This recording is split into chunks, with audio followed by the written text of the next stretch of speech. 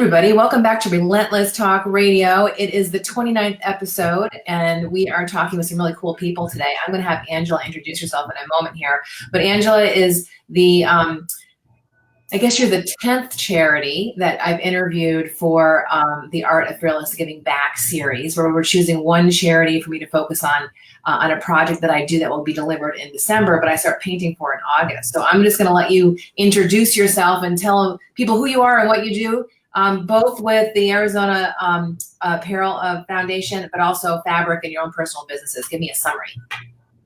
All right. Okay, cool. So my name is Angela Johnson. I am the co-founder of Fabric, which is the Fashion and Business Resource Innovation Center. It's basically a fashion incubator in the city of Tempe, and it's really to serve Arizona designers so they have all the resources that they need so they can make their clothes here in Arizona and they don't have to leave. And then I'm the co-founder of the Arizona Apparel Foundation, which is the nonprofit that supports the designers going through all of the sources that we have here.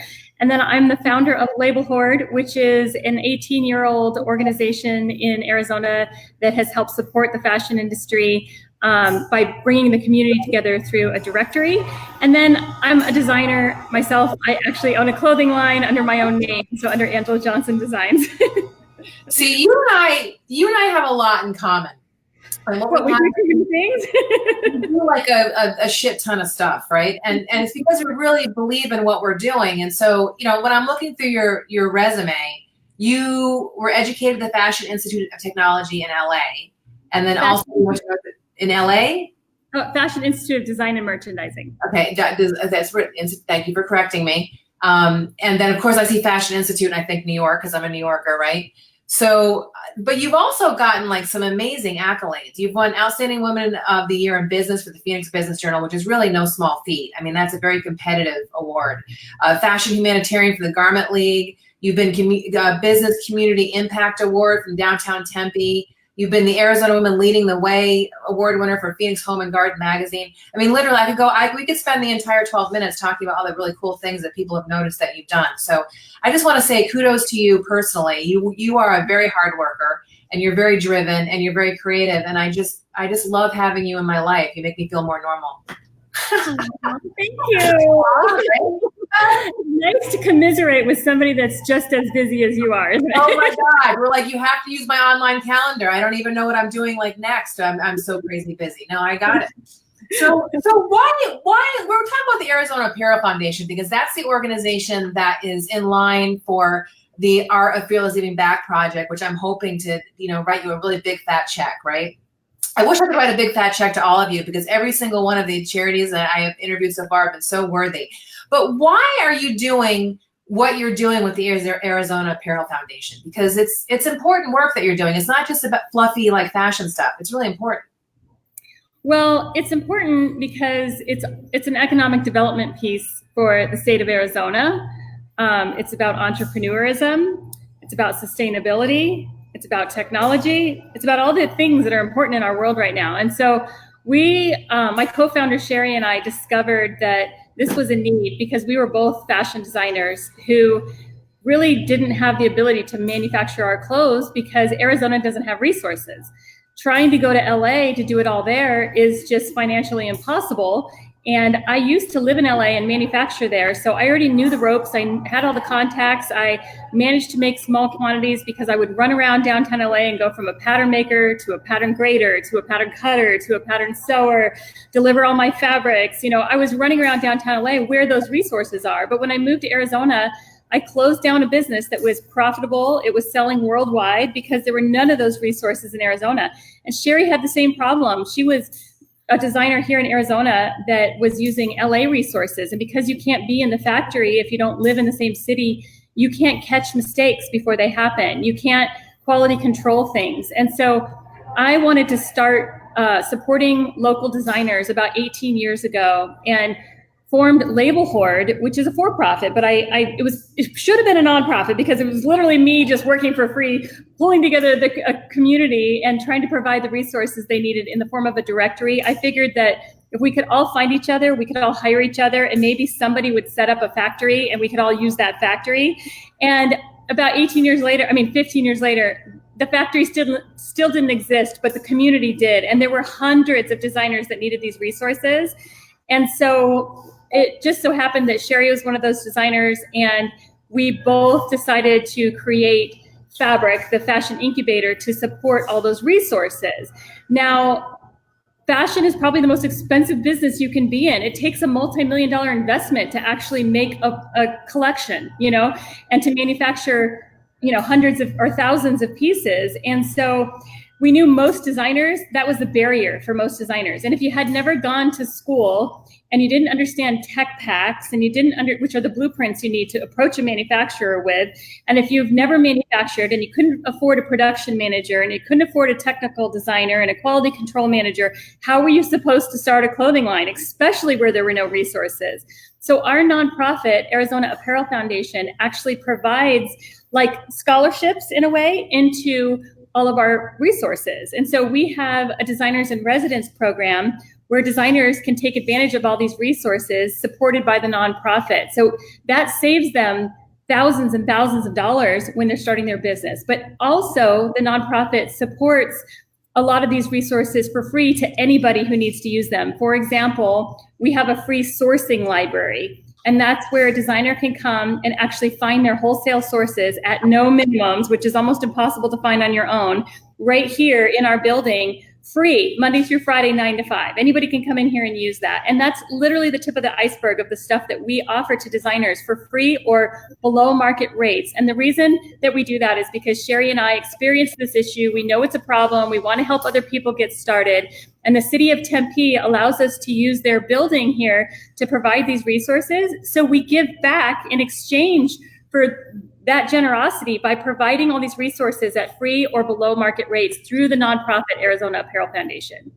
Well, the building itself is like phenomenal. So people can come visit the building on, I think it's from Friday afternoons? Actually, we do tours 3 days a week. So Mondays, Wednesdays, and Fridays. So they can just go to the website at, is it fabric.org? It's fabrictempe.com. Okay. And there's a big red button that says Tour Fabric. So people can come take a peek. You're also having events there all the time. You have several events that are coming up. Tell us about the Cultivate show.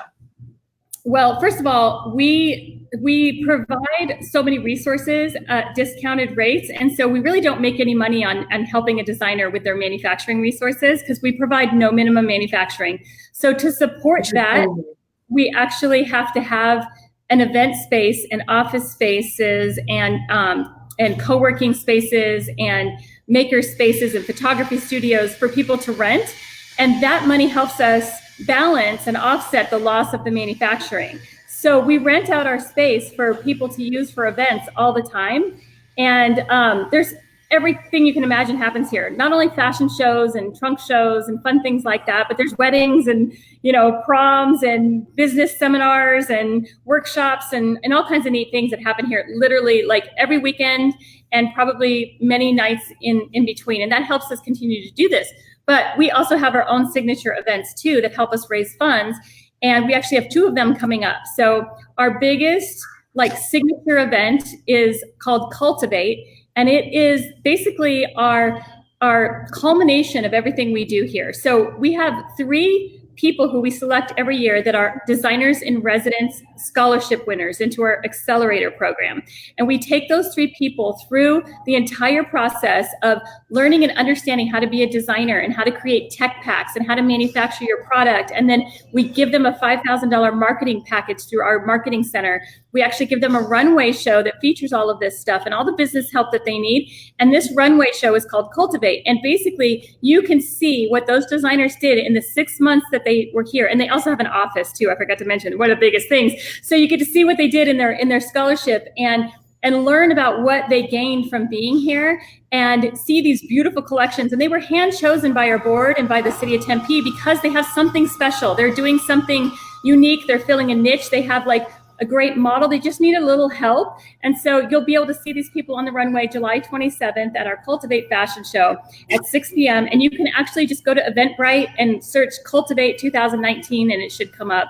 And then that's July 27th. In September, I think it's September 28th, September 28th or 27th, it is our annual, it's our anniversary party. So this will be our 3 years that we've been doing this at Fabric. And at this party, it's called Fashioning Arizona's Future. And it's basically our vision of the future. We want to reinvent manufacturing for the 21st century. We want to do it sustainably using technology that can make it more efficient so that the designers compete with the prices that you can get overseas. But you usually can't go overseas because they have such high minimums.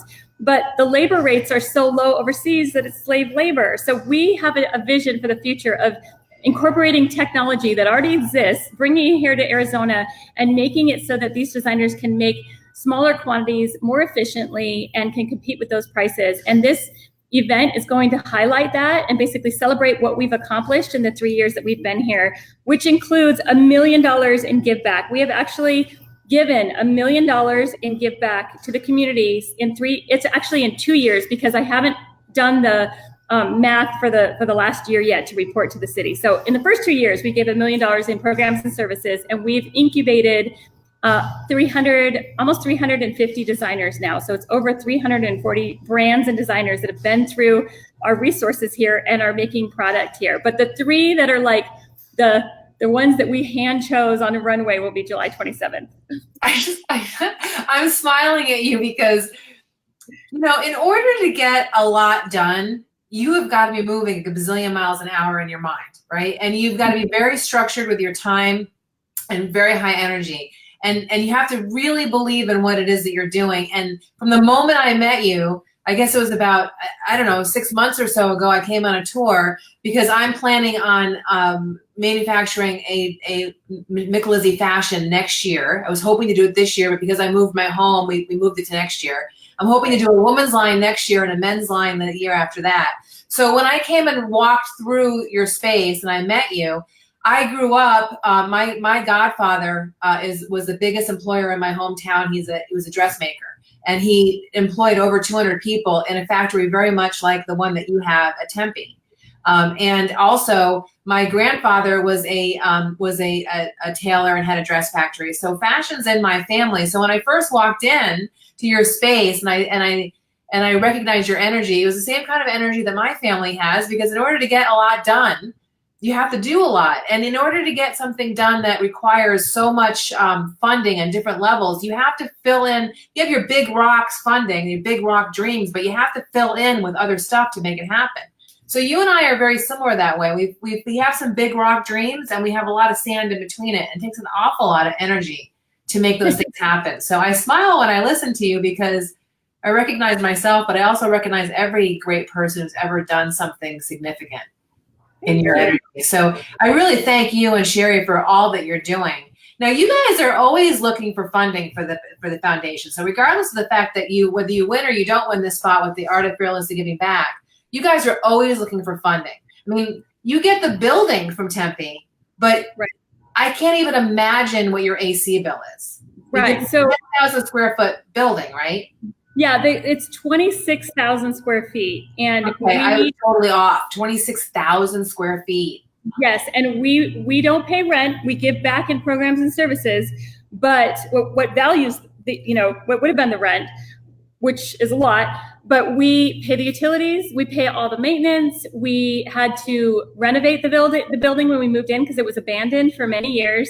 And we still have to doing that, we still have to deliver all these programs and services. So we have to do all the work ourselves if there's no funding for those programs. So for example, this designer in residence program, it doesn't yet have a sponsor. And so we basically teach them everything for free out of our own time and our own pockets. We pay for their pattern making out of our own pockets.